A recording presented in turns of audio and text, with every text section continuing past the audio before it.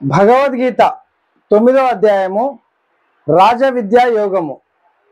ఇందులో మొత్తం 34 శ్లోకాలు ఉన్నాయి. ఇప్పుడు 18వ శ్లోకం నుండి 34వ శ్లోకం వరకు చదువుదాం, వాటి భావాన్ని తెలుసుకుందాం.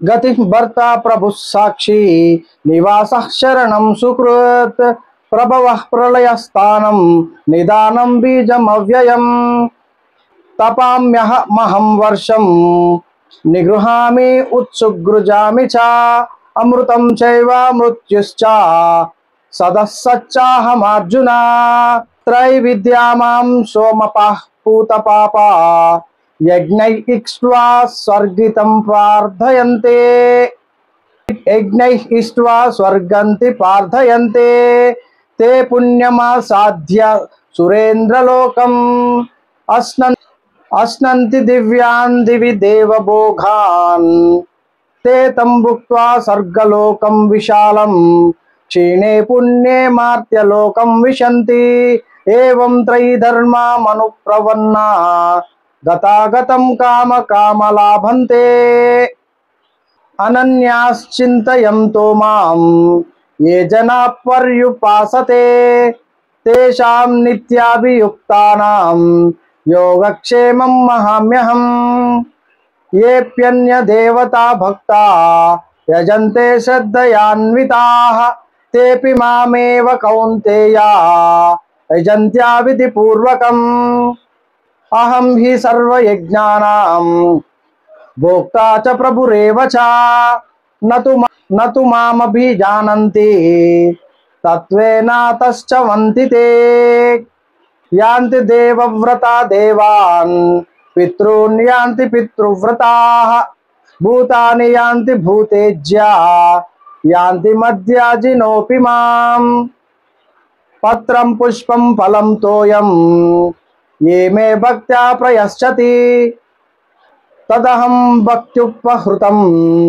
అస్నామి ప్రయతాత్మనః యత్కరోషి యదస్నాసి యజ్జుహోషి దదాసి యత్తాపశ్యతి కౌంతేయ తత్కురుష్వ మదర్పణం శుభాశుభ ఫలైరేవం మోక్షసే కర్మ బంధనైః సంన్యాస యోగ యుక్తాత్మా విముక్తో మూమస్పైష్యసి సమోహం సర్వభూతేషు మే ద్వేషోస్తి నః ప్రియః ఏ భజయంతు మాం భక్త్యా మయి తేషు చాప్యహం క్షిప్రం భవతి ధర్మాత్మా శశ్వాచ్ఛాంతి నిగచ్చతి కౌంతేయ ప్రజా జానీహి నమే భక్తా ప్రణయష్యతి మాం హి పార్థా వ్యపాశ్రిత్య యోపి స్యుః పాపయోనయః స్త్రియో వైశ్యాస్తథూశూద్రాః తే ప్రియాంతి పరాం గతిం కిం పునర్భాః బ్రాహ్మణః పుణ్యా భక్తా రాజశ్చ యస్తథా అనిత్యమాసుకం లోకమిమం ప్రాప్య వజ్జస్వ మాం మన్మనా భవ మమద్భోక్తా మధ్యాజీ మాం నమస్కురు మామే వైప్యసి యుక్తైస్వం ఆత్మానం మతర్పరాయణః. ఇంతటితో 9వ అధ్యాయము 34 శ్లోకాలు పూర్తయినాయి. భావం తెలుసుకుందాం. అర్జున, నేను సమస్త భూతముల సర్వోన్నత లక్ష్యమును, నేనే వారి యొక్క నిర్వాహకుడను, స్వామిని, సాక్షిని, నివాసము, ఆశ్రయము, స్నేహితుడను. నేను సృష్టికి మూలము, అంతము, ఆధారము. నేనే శాశ్వత స్థానమును, సనాతన బీజమును. నేనే సూర్యుని రూపంలో వేడిమిని ప్రసారిస్తాను. నేనే వర్షమును అవుతాను, కురిపిస్తాను. నేనే అమరత్వమును, నేనే మృత్యు రూపంలో వస్తాను. ఓ అర్జున, నేను ఆత్మను, నేను పదార్థమును కూడా అని తెలుసుకోను. వేదములలో చెప్పబడిన సకామ కర్మకాండల పట్ల మొగ్గు చూపేవారు నన్ను యజ్ఞయాగాదములచే పూజిస్తారు. యజ్ఞశేషము అయిన సోమరస పానము చేయటము ద్వారా పాపాలన్నీ పోవి పవిత్రములైన వీరు స్వర్గలోకములకు పోవుటకు ఆశిస్తారు. వారి పుణ్యకర్మ ఫలితంగా వారు స్వర్గాధిపతి అయిన ఇంద్రలోకములకు వెళతారు. దేవతల విలాస భోగాలన్నీ అనుభవిస్తారు. అర్జున, స్వర్గలోకం యొక్క విశాలమైన భోగములు అనుభవించుటచే వారి పుణ్యఫలము అంతా తరిగిపోయి తర్వాత తిరిగి మరలా భూలోకములకు వస్తారు. ఈ విధముగా భోగ వస్తువు ప్రాప్తికై వైదిక కర్మకాండలను ఆచరించేవారు భూలోకానికి పదే పదే వచ్చిపోతూ ఉంటారు.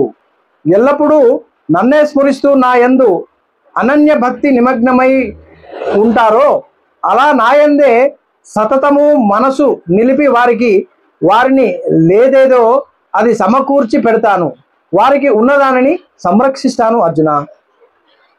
ఇతర దేవతలను శ్రద్ధతో ఆరాధించే వారు కూడా నన్నే పూజిస్తారు, కానీ అది వారు తప్పుడు పద్ధతిలో చేపట్టినట్టు. సమస్త యజ్ఞములకు భోక్తను ఏకైక స్వామిని నేనే, కానీ నా యొక్క పరమేశ్వర తత్వమును తెలుసుకొనని వారు తిరిగి పుట్టవలసిందే అర్జున. దేవతలను పూజించేవారు దేవతల యందు జన్మిస్తారు, పితృదేవతలను ఆరాధించేవారు పితృదేవతల దగ్గరికి వెళ్తారు, భూత ప్రేతములను అర్చించేవారు అలాంటి వాటిలోనే పుడతారు. నా భక్తులు నన్నే చేరుకుంటారు అర్జున.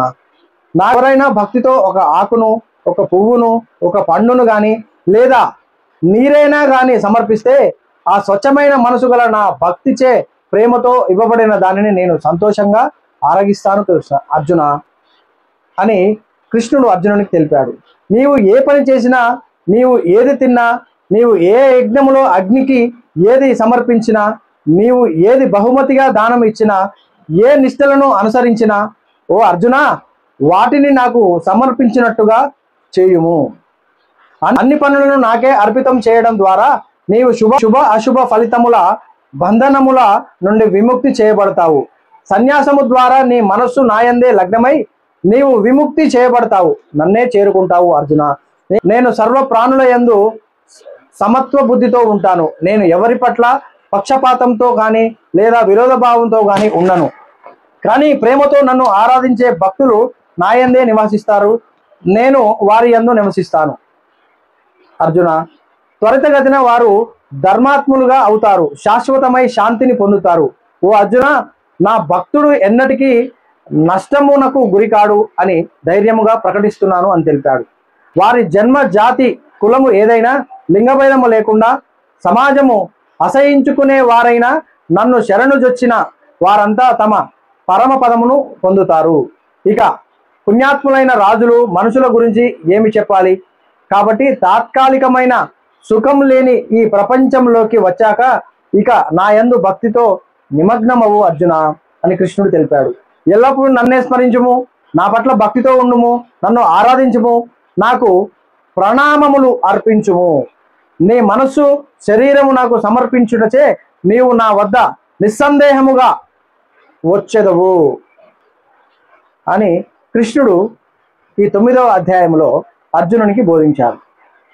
భగవద్గీతను నేర్చుకోండి, రోజొక శ్లోకాన్ని చదవండి, పిల్లలకు నేర్పించండి. తిరిగి 10వ అధ్యాయంలో కలుసుకుందాం.